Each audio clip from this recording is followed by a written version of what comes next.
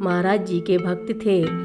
इस साधारण से कथन में ही महाराज जी ने न केवल अपने शिव रूप का वरन श्री माँ का ही मूल तत्व अनावृत कर दिया।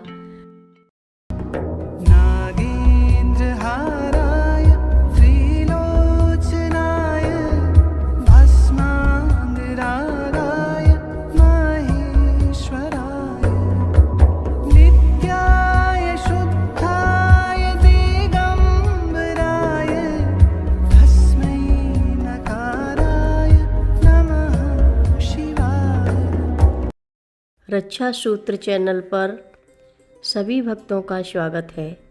हम सभी भक्तों को महाराज जी की अद्भुत पावन कथाएं सुनाने जा रहे हैं। कृपया सभी भक्त ध्यान से सुनें।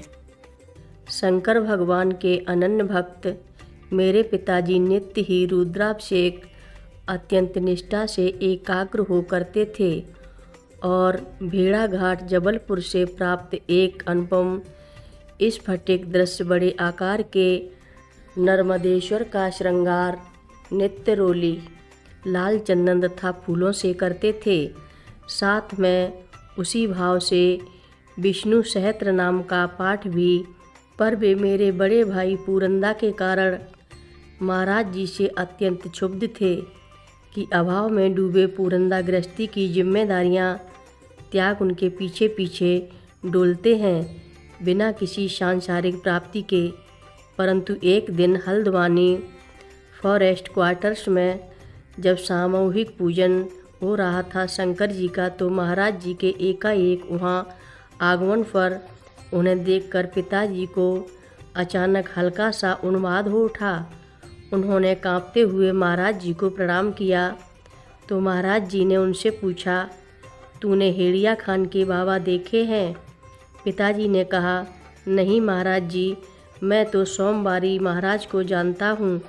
बाबा जी ने फिर पूछ दिया, नहीं देखे तूने हेड़िया खान? बाबा जी बेशिव थे और अब की पिताजी के नहीं कहने पर महाराज जी ने अपने सीने से दोनों हाथों से कम्बल हटा दिया। पिताजी ने महाराज जी के सीने से साक्षात शंकर भगवान के दर्शन किए। उन्होंने कांपते हुए बाबा जी को पुनः प्रणाम किया और अपने स्वरूप रुद्रावतार की पुष्टि हेतु महाराज जी ने पिताजी के साथ एक और लीला कर दी। उस दिन शिवरात्रि को पिताजी हल्द्वानी से 4-5 किलोमीटर दूर चित्रशिला रानी बाग नामक शिव भूमि में स्नान पूजा हेतु चले गए। वहाँ एक शिवलिंग समान एक छोटी शिला का प्रतिष्ठापन कर उसी को लक्ष्य कर निर्वाचन रुद्राभिषेक करने लगे। परंतु थोड़ी ही देर में उन्होंने देखा कि उस शिवलिंग की जगह स्वयं महाराज जी विराज गए हैं।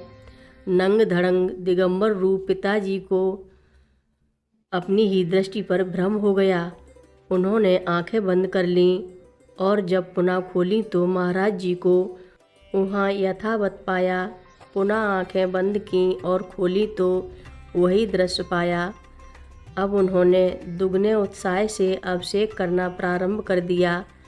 महाराज जी भी बैठे ही रहे अभिषेक कराते, परंतु जब काल्पनिक रूप से सामग्री तो थी नहीं, आरती करने लगे तो थोड़ी देर में महाराज जी अंतर्ध्यान हो गए। 26 नवंबर 1952 को पिताजी के देहावसान के बाद बाबा जी महाराज ने पूरंदा को दर्शन दिए तो कहा था, पूरंदा तेरा बुढ़ा मुझ में समा गया है। वह ऐसा 8वां व्यक्ति है जो मुझ में समा गए हैं। मैंने उसे बद्रीनाथ भेज दिया है।